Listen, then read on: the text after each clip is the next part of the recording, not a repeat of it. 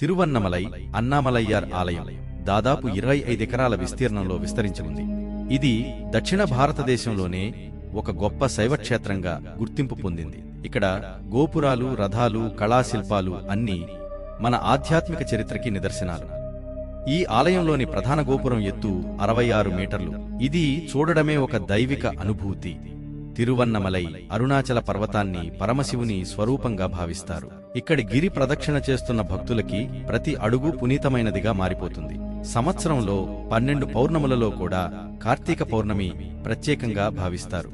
ఆ రోజున లక్షలాది మంది భక్తులు నడుస్తూ ఆ పర్వతాన్ని 14 కిలోమీటర్ల పాటు ప్రదక్షిణ చేస్తారు. ఈ యాత్రలో శరీరం అలసిపోతుంది, కానీ మనసు శాంతిని పొందుతుంది. తిరువన్నమలై గురించి చిన్న చిన్న వీడియోలు మీకు నచ్చితే దయచేసి అరుణాచల శివ అని కామెంట్ చేయండి.